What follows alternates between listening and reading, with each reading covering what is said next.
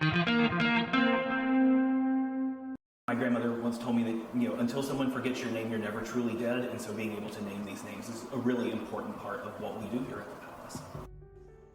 It's called Life on the Lesser Stairs. Created by Living History Program Coordinator Matt Arthur, it's Tryon Palace's newest offered tour, giving a first-hand look into the lives of those who served the people we've grown up hearing so much about. In the Palace, we have two sets of stairs.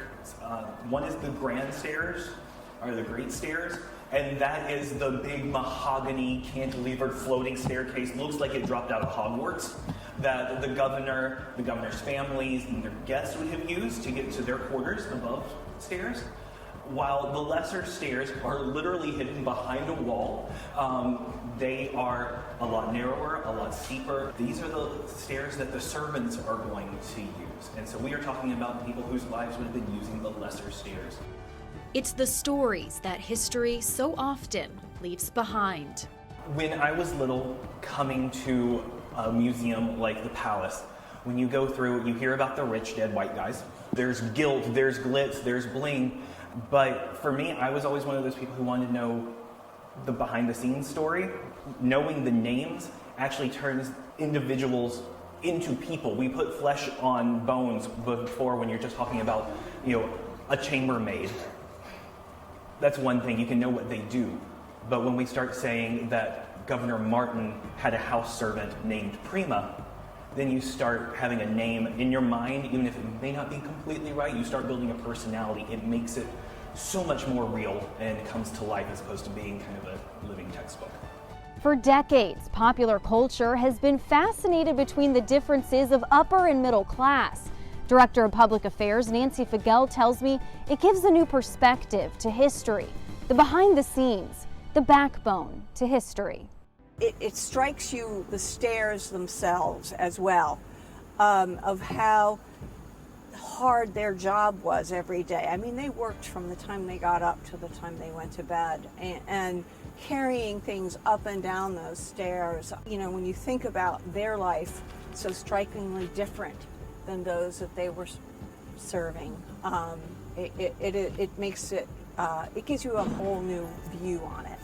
The servants who work in the kitchen and bring the food over so that their excellencies can eat. The young ladies who would have been chambermaids that, along with starting the fires in the morning, they and the scullery maids are going to be responsible for emptying the chamber pots that are being used at night. We actually, for some of the paid servants, are able to look at the payroll and find out names and positions. But a lot of times we're having to get creative and look at other places where these things could have been mentioned. Enslaved servants are named in family letters that are kept in the United Kingdom. We're able to read through the family letters to find those. Governor Tryon had an enslaved servant named Surrey, and we know about Surrey's name because Surrey ran away. He freed himself. And so we know about Surrey's existence because there's a runaway ad.